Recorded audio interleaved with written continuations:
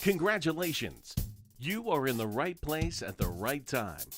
This is the Summon Courage, Change Everything podcast with Matthew Levy, an inspiring interview with a guest who has achieved big goals in life and work and who will divulge their secrets to success. Today, now, the man behind the microphone, Matt Levy. Hello, Summon Courage, Change Everything community. I'm Matthew Levy, the host of the Summon Courage, Change Everything podcast. If you like what you hear, please help spread the word in your networks with a 5-star review or the equivalent. I'm so pleased to have Joe Homan joining us for this episode.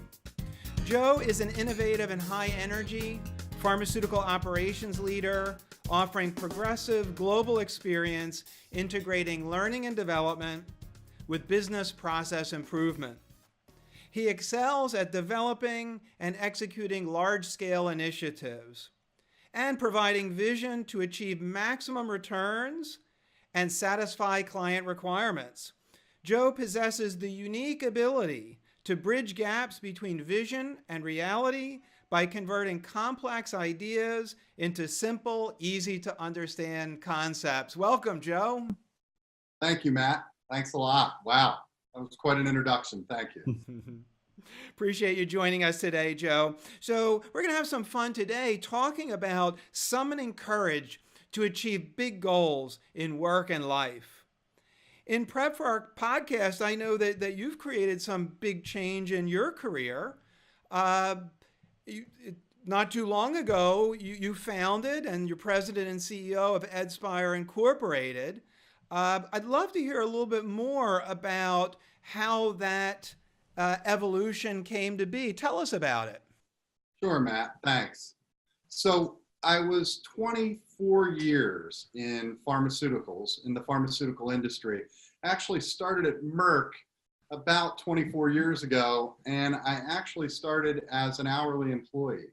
It was a great way to start because I got to learn what was going on in pharmaceuticals and actually learn all the facets of it. After that, I went on to another pharmaceutical company and stayed there for about 10 years. I always wanted to have my own company. The reason being, I wanted to take a look at, could I manage a team that needed to produce in the pharmaceutical realm, in the operations realm, and could we do it all? Yeah, so tell us more. So I founded Edspire Incorporated, and what Edspire Incorporated is, it's an operations consulting company, and what we do is we help clients do operations better. We do it in a couple different ways. One is people. So if folks have the right people, we'll help you develop them further. If you don't, we'll help you find them. The other is process. We love to take a look at process and have a lot of experience in Lean and Six Sigma. So that's big in the process realm. And then the last is service. There's quite often a time where pharmaceutical companies and operations companies will need help with facilitating and putting together large-scale events, be it a project or a seminar or a workshop, and we can help a client do that too. So we have a breadth of knowledge and a breadth of expertise, and we love to help where we can. So we've been moderately successful over the last 2 years. Mm-hmm. I'm sure so, Joe. So let's talk a little bit more about the courage that it takes to start a company. Tell us about that. Sure. So I'm a big fan of motivational speakers, and one of my favorites is Lou Holtz. I don't know if you know who Lou Holtz is, but he won, I believe he won a national title, but I know for 9 years straight, he was the Notre Dame football coach, and he went to a bowl 9 years in a row. And one of the things, if you listen to Lou Holtz, he'll say that his biggest regret was getting into maintenance mode.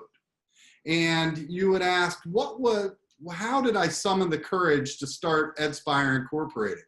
Well, the thing about it is, is I had a very, and still do, have a very good career in the pharmaceutical industry, and had some wonderful opportunities with a couple different companies in various areas.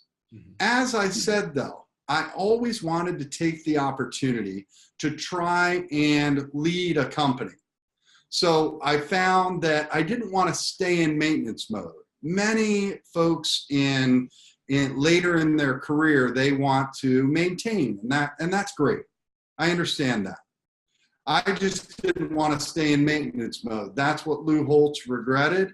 And I listened to Lou, so I wanted to take the shot. And 2 years ago, founded Edspire Incorporated. And as I've said, we've grown ever since. And the learnings have been amazing. One thing that I want to be, Matt, and I hope that I always remain, is a lifelong learner.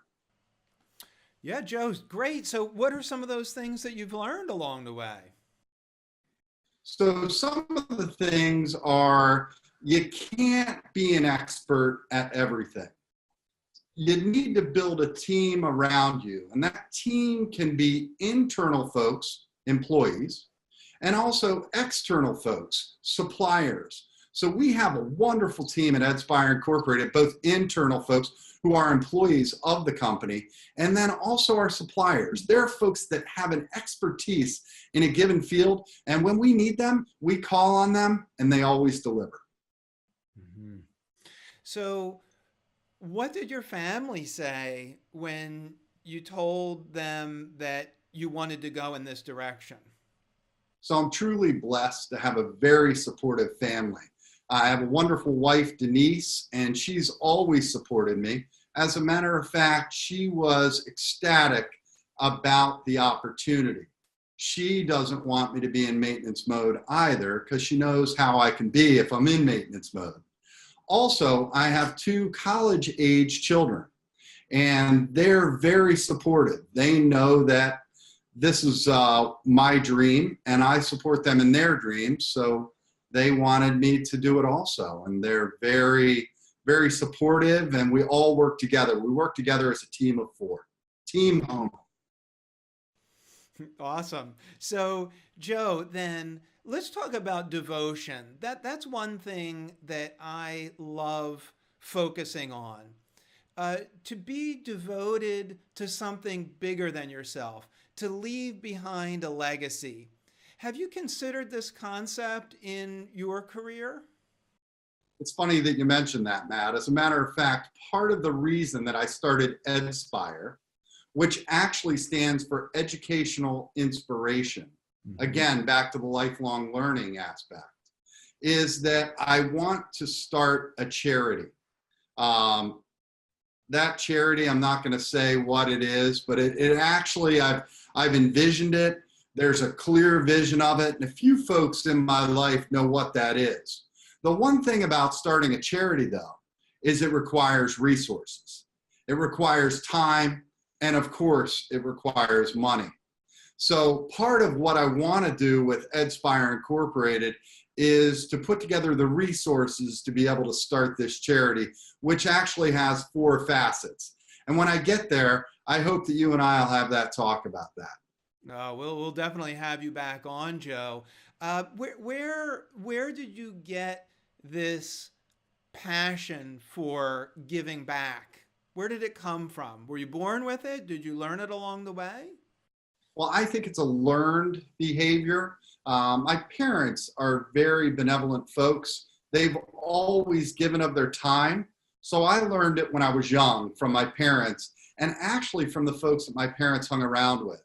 Very much volunteers, both in religious organizations and also in the community.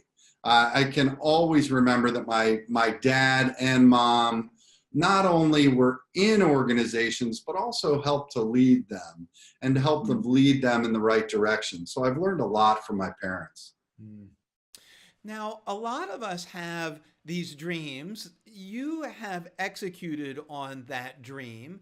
It takes intense resolve, and it takes goal setting to go from one day, from a wish, from a dream, to make it a reality. How did you how did you set the goal to actually flip the switch and make this a reality? So as many smart people have said in the world, things get created twice. One, in your mind, and two, the time that you actually physically manifest it.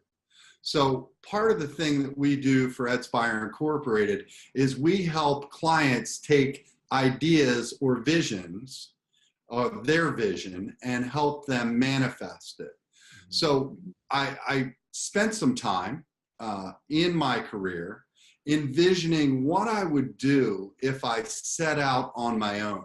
So that was number one. That's where we looked at how it would go and the resolve that it would take and the planning, and then put together a solid plan. So when given the opportunity, all that we needed to do was execute it. Mm-hmm.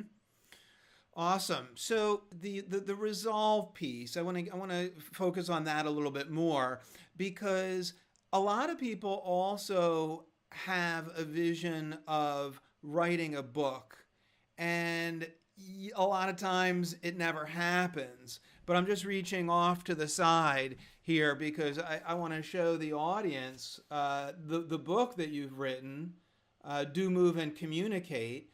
How did this come together? So Do, Move, and Communicate is based on the military phrase shoot, move, and communicate. And I was in the military for 12 years. I wanted to put together my military experience, shoot, move, and communicate, changed it to do, it's just more applicable in the corporate realm, changed it to do, move, and communicate, along with my corporate experience and my Lean Six Sigma or process background. I wanted to bring them all together in a book. The other reason that I wanted to write a book, Matt, is I wanted to write down my thoughts and make them concrete. As a matter of fact, I appreciate you mentioning the book. In November, early November, we're re-releasing the book with further editing and better graphics and things like that. So I appreciate you showing that. I wanted to take the opportunity to write my thoughts down and actually publish them, because I think that's a step that, as you said, most folks won't take. It's out there now. Mm-hmm. Mm-hmm. Right. We talk about you have to ship the goods, and so many people, they work on it and they're preparing their package, but it never sees the light of day. Right. It's all about execution, and it's all about taking that chance. You know, when you asked me to be on this podcast, I was really honored because I love your story. And also I love talking about summoning courage. You know, there's courage that all of us have to summon every day to do most things. It takes courage just to get out of bed some days. It does for sure. How did your military background and military training come into play for your career and for this latest move? So politics aside, and I hope we'll leave them aside, there's a couple things that the United States military does well. One is they create leaders. And the second is they teach people to do things very, very well. As a matter of fact, they're one of the premier teaching organizations on the planet. As a matter of fact, people emulate them in corporate. So a couple things that I brought from the military. One is attention to detail. And that really comes into play, not just in a corporate realm, more importantly, in a pharmaceutical realm. Attention to detail is critical. Number two, stick-to-itiveness. Most people don't understand, but the pharmaceutical industry is a 24-hour day, 7-day a week, 365 a year. My father-in-law has said to my children quite often, you know, you don't remember when your dad was a production operator and a production supervisor, and I was in the biologics, and actually remember working many holidays because it's 365 days a year. And then the last thing that I brought from the military is the ability to work in a team. The military instills working in a team. Everybody knows their role and does their role. So those three things that I brought from the military. Mm. It's incredible how all of our experiences come together to shape who we are today. So I love talking about energy, Joe, because having worked together, interacted with you, you come with boundless energy, whether it's 7 a.m., weekends, evenings, and I know that you have a really hectic schedule with a huge client load. So how do you modulate that energy, make sure you don't burn yourself out? So I think it's important to set boundaries. And one of my boundaries is my sleep boundaries. So I like to break the day into thirds. And I know that someone famous, but I don't know who it was, said break your day into thirds. So a third of the day I'll rest. A third of the day I'll work. And then a third of the day we need to do relationships. So there needs to be boundaries, and it's a work-life balance. So sometimes it tips towards work, and sometimes it tips towards life. The other is eating right, and I don't always do that. I try. And to get some exercise. I love to walk. Walking is my thing. You mentioned about motivational speakers. Who's one that you look up to? So I definitely look up to Lou Holtz. I think he's wonderful. He's pragmatic. He's humble. There's just a number of them. I would say also Stephen Covey. Great. He's put together some excellent work. Just a number of them, you name them, I've listened to them, and I'm always able to take away a little something. I would consider you a motivational speaker, and I've actually listened to your story, and I really appreciate it. Awesome, Joe. You don't like Covey because you guys look a little bit alike, do you? Well, I didn't want to have to get the haircut, but it just kind of materialized. Great. So let's talk next about attitude. Do you subscribe to this philosophy that the power of a positive attitude means a lot? Absolutely. So I've done non-scientific experiments with attitude. Sometimes, I'll have a wonderful attitude and I'll actually press that wonderful attitude. And it's amazing how the world is a mirror. Then every once in a while, I'll not have a great attitude. And it's also amazing how the world is a mirror. So attitude for me is everything. If I think I can do it, if I encourage others and think they can do it, it's amazing how they surprise me because they always do it. They always deliver. When I believe in them and they believe in them, they deliver. Attitude absolutely is everything. So, Joe, we all have this inner voice that tells us that we're not good enough and that we have to stay safe. How do you combat that voice of self-doubt? So I think there's many ways, and you're right, I have that also. We all have it, like you said. I think on a daily basis, just putting one foot in front of the other. The other thing is I know that I'm going to be afraid of things, and I'm afraid of things quite often. I coach people to speak in front of groups, and I know that they're also afraid to do it. The more we do something, the better we get. And it's about actually taking that first step towards it. And for me, it's about taking that first step of the day. It really is. How I start my day is how the day usually goes. The other thing that I like to use is an action item list. And that's part of the book. I learned that in the military is if I have an action item list and I have my day set out before me, I can choose to or choose not to do what's on that action item list. Thank goodness, most of the time I choose to do what's on it. And I also surround myself with positive people who encourage me to do what's on that action item list. And it turns out, together as a team, we get a lot done. Give us a window into what your morning routine looks like to get off to this great start. Sure. So I normally have an alarm set because my day starts pretty early. It starts anywhere from 3 a.m. if we're going to a client to as late as 5:45. I love when I get to sleep in till 5:45. After that, if I'm at home, which I'm on the road quite often, I'll actually take the dogs out. So I have 2 rescue puppies, and I love them very much, Sadie and Mr. Wilson. So I'll take them out, and they can use the backyard a little bit.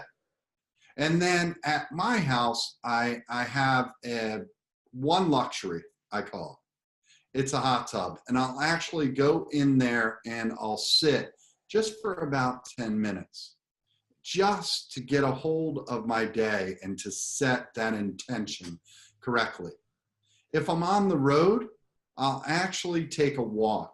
As I said, I'm an avid walker. I love to walk. Not much of a runner anymore, but I do love to walk. So if I'm on the road, I'll set the intention for the day. I'll put my walking shoes on, which I'm looking at right now, and then I'll go for a walk. When I come back, there's a couple things that I need to do. One, I need to nourish myself. And 2, I normally meet with my team, and then we get started for the day.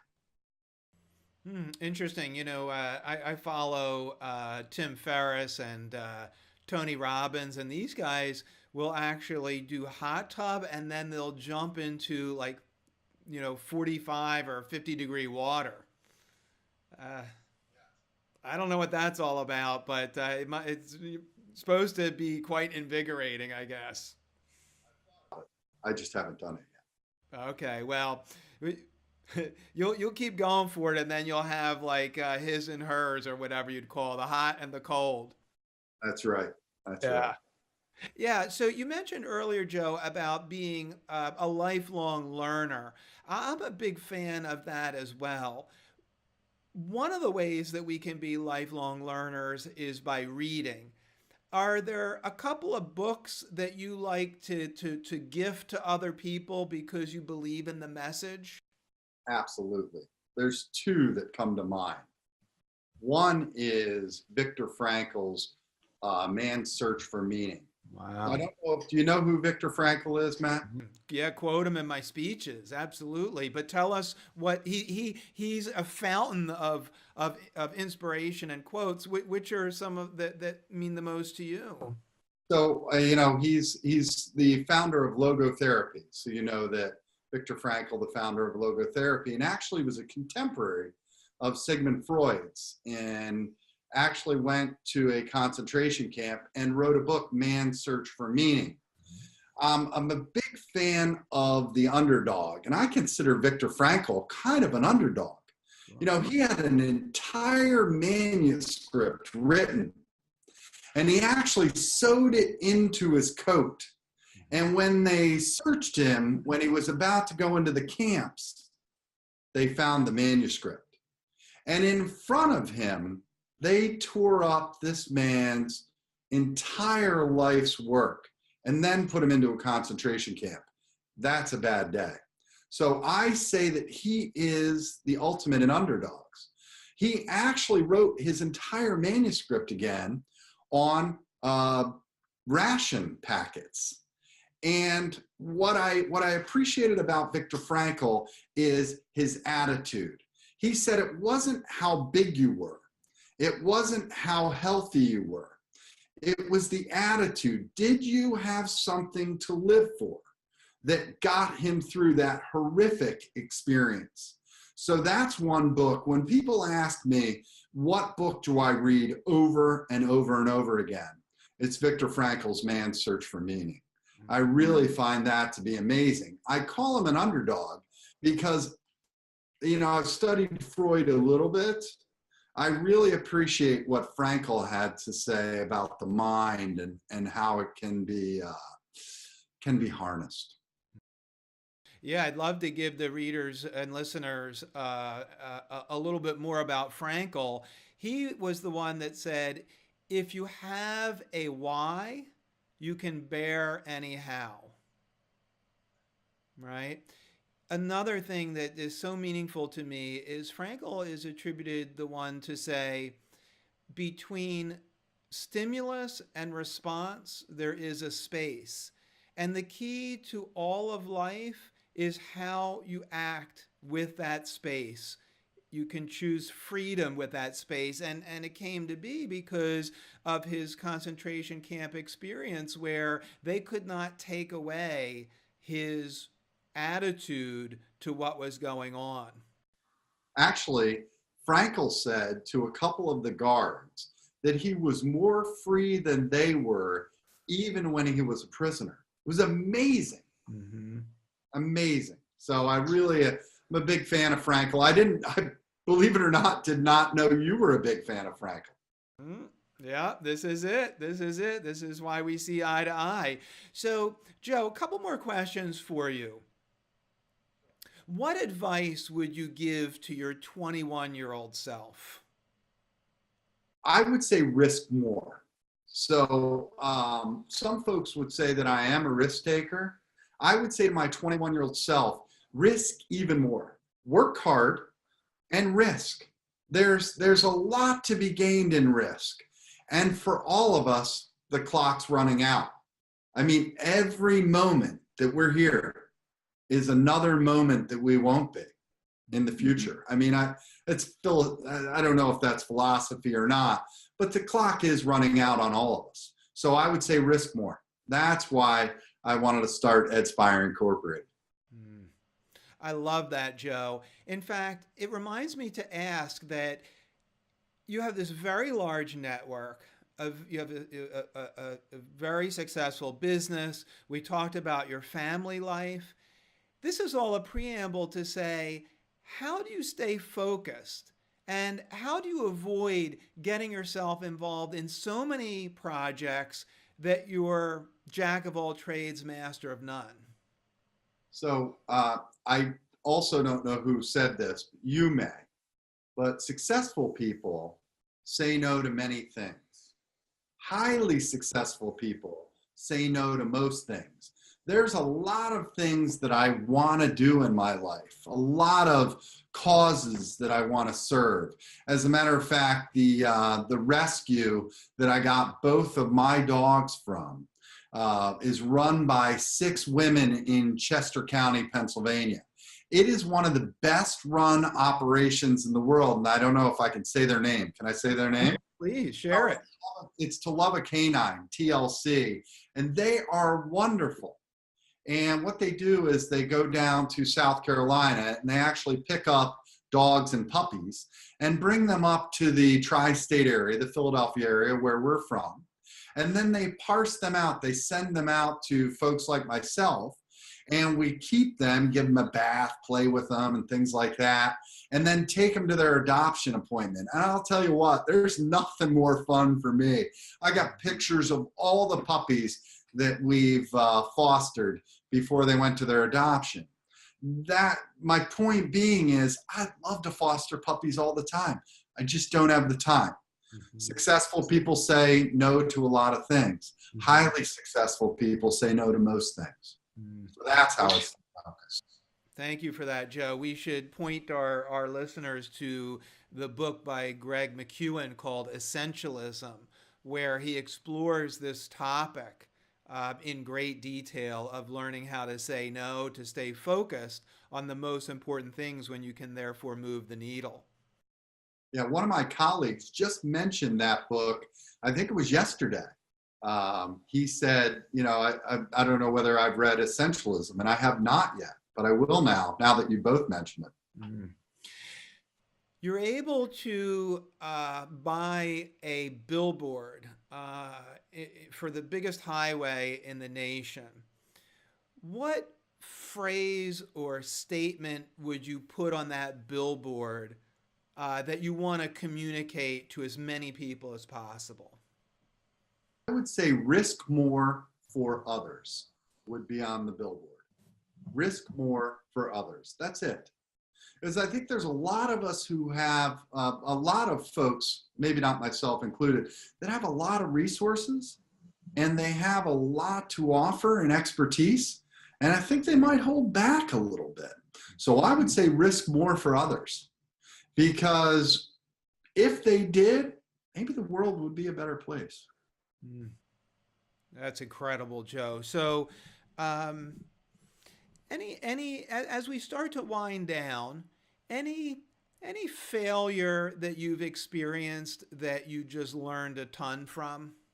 Yeah, I would say that there was an opportunity for me to go regular Army or a regular Army commission. And I don't know if many people know what that is, but actually signed for a reserve commission. And at the time, I wasn't able to then reverse it. And I would call that a failure, because I really wanted that opportunity. And for circumstances that I won't go into, I signed for a reserve commission and certainly could have signed for a regular Army commission. I don't know. I believe I might still be there. I really appreciated what the United States Army gave me, and I appreciate their mission. And I think that's a failure. What did I learn from it? Again, risk a little bit more. Don't let circumstances get in the way and have you make the unfortunate safe decision. Now, I'm not saying that everything is an all-in proposition like you would do in Texas Hold'em, but sometimes you do have to go all in. Mm-hmm. Mm-hmm. Yeah, I learned recently that saying that if you want to go all in, you got to burn the ships, right? And I've been thinking about that myself in some of my business dealings. Is, I'm like, well, what if it doesn't succeed, and what are people gonna think? And it's like, you got to go for it and burn the ships and mentally commit that this is something that you're going to make happen. And back to your comments earlier about attitude, if you have that attitude that you're going to make it a success, the chances are that it is going to be a success. Sure. And I've heard that before, burn the ships. What I would say from a recycling standpoint is, why don't we dismantle the ships and utilize the wood? Fair enough, Joe. What last piece of advice, or if there's anything that we haven't covered that you're really dying to get out there to the world, this would be a great time to share it. Well, I would say that you're the sum total of the 5 people that you hang out with, right? Mm-hmm. And I would say to surround yourself with positive people that help you meet with what your vision is. And you're one of those folks. And, I don't know how long ago we met. What did we meet, a year ago? Something like that. And I just really appreciate what you have to say and what some of our other colleagues have to say in the Philadelphia region. One of the things that I've learned in starting Edspire Incorporated is I don't know everything. As a matter of fact, I don't know much. And I need to listen to people to find out what they know, because it makes life easier and quite often better. The universe has given us 2 ears and 1 mouth. We're supposed to use them in that ratio, right? Yeah. Joe, so how can our listeners get a hold of you if they want to follow up, ask a question, hire Edspire Incorporated, for example? Sure. So they can go to edspireinc.com.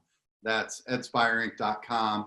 They also can email us at info@edspireinc.com, and we'd love to hear from you. Just if we can't help you, chances are we know who can, and we'll direct you there.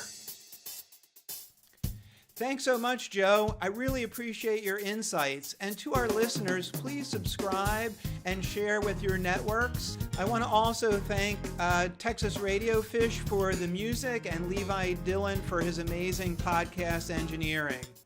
I want to leave you with, remember, when you summon courage, everything changes. See you next time.